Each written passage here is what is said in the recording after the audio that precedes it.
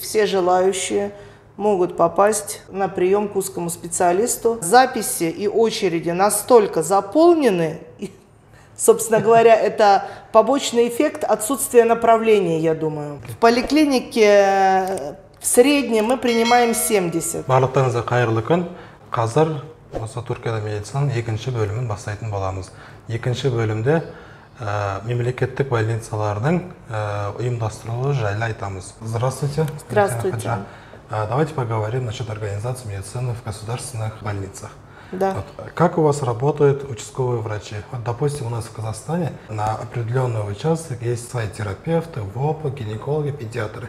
Если, допустим, у пациента заболело сердце, они сперва идут к терапевту, терапевт назначает анализы, допустим, может быть ЭКГ, и на следующий день он с результатом обратно приходит. Терапевт смотрит на это, если там пациента нужно дообследовать, и там какие-то непонятные ситуации, он дальше направляет к кардиологу.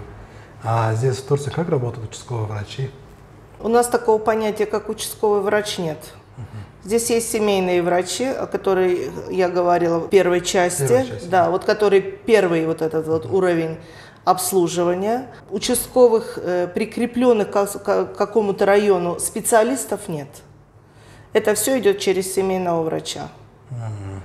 Вот. И, как я сказала, раньше, да, нужно было, чтобы попасть к специалисту, к узкому, нужно было брать направление у семейного врача.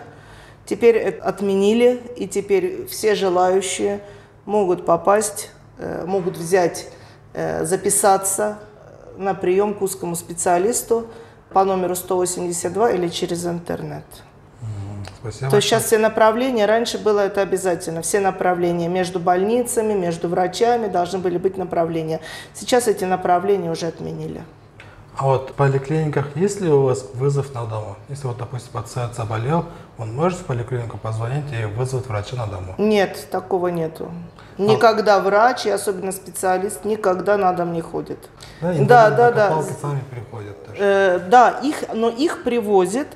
Специально есть такая типа организация, она тоже на основе больницы. Это уход за больными на дому.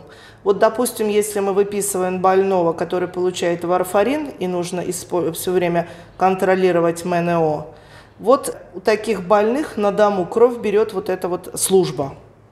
Она прикреплена к больнице, к облздравотделу, ее контролируют. Вот таких больных возят, у них есть скорые помощи. Вот такие вот больные, такими больными занимается вот эта служба на дому. Но там нету никогда специалистов. Там есть только врачи, которые закончили 6 курсов. То есть это здесь называется пратисен, а у нас это называется врач общей практики. Да? Да. Вот врачи общей практики там работают, и они следят за теми больными, как они кормят, если у них, как они едят, то есть питание, если у них какие-либо лежачие больные, особенно язвы какие-то, повреждения кожи, или инфекция, или, вот, допустим, с зондами лежат больные. Их там вот эти вот врачи общей практики наблюдают. Да, у них все услуги бесплатные, государство их обеспечивает. Да. Это тоже бесплатно, но ни один специалист не ездит, нет, никогда. Если нужно обратиться к специалисту, тогда врач этой службы, врач общей практики, пишет направление, что нужно этого больного, допустим, острая какая-то ситуация, привести в приемное отделение, или нужно, чтобы его посмотрел невролог или там еще кто-то.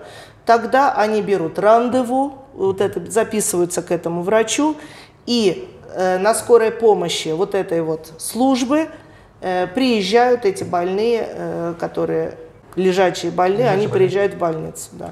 Спасибо большое. Но никогда специалист не пойдет домой. А вот в поликлинике трудно ли попасть к узкому специалисту? Вот, допустим, у нас есть направление дает, они на следующий день или через 2 дня, у нас иногда очереди бывает к узкому специалисту.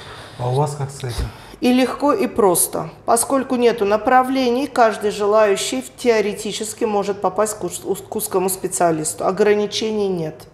Но записи и очереди настолько заполнены, собственно говоря, это побочный эффект отсутствия направления, я думаю. Потому что совершенно без неврологических каких-то жалоб, не неврологические больные, постоянно записываются на прием к неврологу. Из-за этого образуется просто масса неневрологических больных, которые мы обязаны смотреть, поскольку они записаны. В связи с этим записаться на прием к неврологу месяцами невозможно. Это и к другим специальностям то же самое. И к дерматологу месяцами не могут попасть, поскольку нету направлений и все желающие записываются. Бұл жағынан бізде Қазақстанда жақсы жағы направление бар. Сондықтан сіздер бір күн күтсеңіздер де, 2 күн күтсеңіздер де керек дәрігерлеріңізге барасыздар. В поликлинике сколько времени длится прием врача на одного пациента? Нам дается 6 минут. Запись у нас каждые 10 минут. На контрольного больного или на изучение результатов какого-то дополнительного времени не дается. Поэтому за эти 10 минут, каждые 10 минут новый больной приходит. Поэтому за эти 10 минут мы должны посмотреть и больного, и посмотреть результаты другого больного, и еще взять контрольного больного.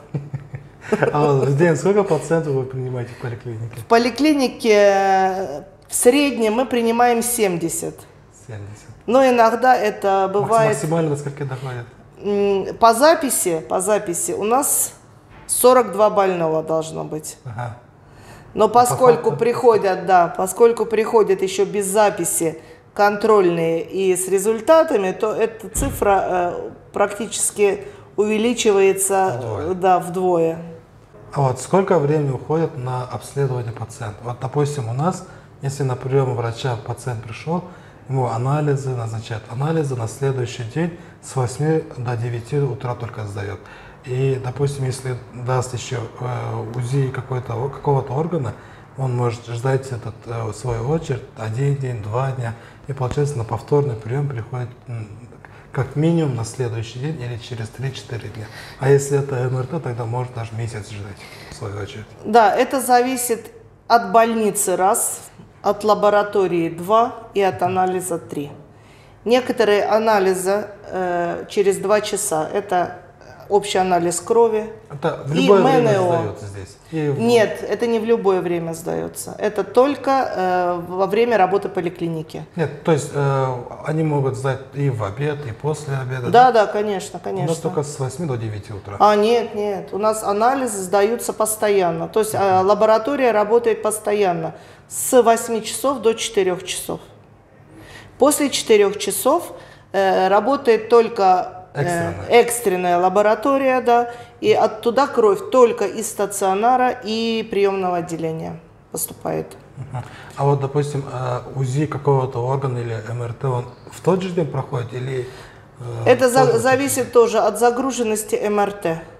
Поскольку МРТ снимается 24 часа в неделю 7 дней, 24 часа в день 7 дней в неделю, то есть постоянно, вообще без выходных, то, по крайней мере, у нас запись на МРТ где-то в пределах недели-2. 2 недели свою очередь ждет? Да, свою очередь ждет. Ясно. Спасибо большое. А, допустим, в других больницах, я знаю, не буду говорить это самое название, там есть и до 3 месяцев запись. До 3 месяцев. Это зависит от загруженности МРТ. Спасибо большое. А вот насколько охватывает объем бесплатных лекарств? Ну, именно по каким лекарствам мы не будем перечислять, а примерно процентном соотношении. Вот, допустим, вы выписали 6 таблеток, из этих 6 таблеток в среднем сколько таблеток вы бесплатно 5. возьмете? 5, да? Если так грубо говоря, из 6 5. Но мы, если есть альтернатива, мы стараемся не выписывать те, которые не оплачиваются страховкой. Если есть альтернатива. Если альтернативы нет, тогда мы это советуем. И больной, как говорится, зависит от его возможностей. Спасибо большое. А вот как относится население к своему здоровью? Вовремя ли они приходят на прием к врачу и принимают ли они лекарства строго по указанию? Вот, допустим, у нас, если врач выписывает лекарства, они домой идут и в интернете смотрят аннотацию. А именно побочные эффекты и противопоказания. И дальше он сам решает, вот это буду пить, а вот это не буду пить. Да. Ну, это, я так думаю, что это не зависит от страны. Это вообще во всех странах больные всегда действуют одинаково. Некоторые больные к нам приходят уже со списком лекарств, которые принимают их родственники или соседи.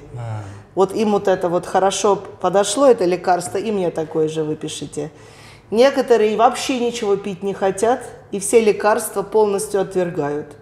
Некоторым выписываешь лекарства, они идут в аптеку, аптекарь там говорит, что это, допустим, антидепрессант, а мы выписали его для головной боли, или для мигрени выписали там противоэпилептический препарат.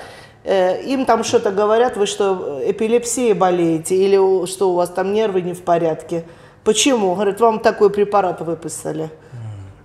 И больные полностью, так сказать, веря словам этого работника аптеки, вообще препараты принимать не хотят.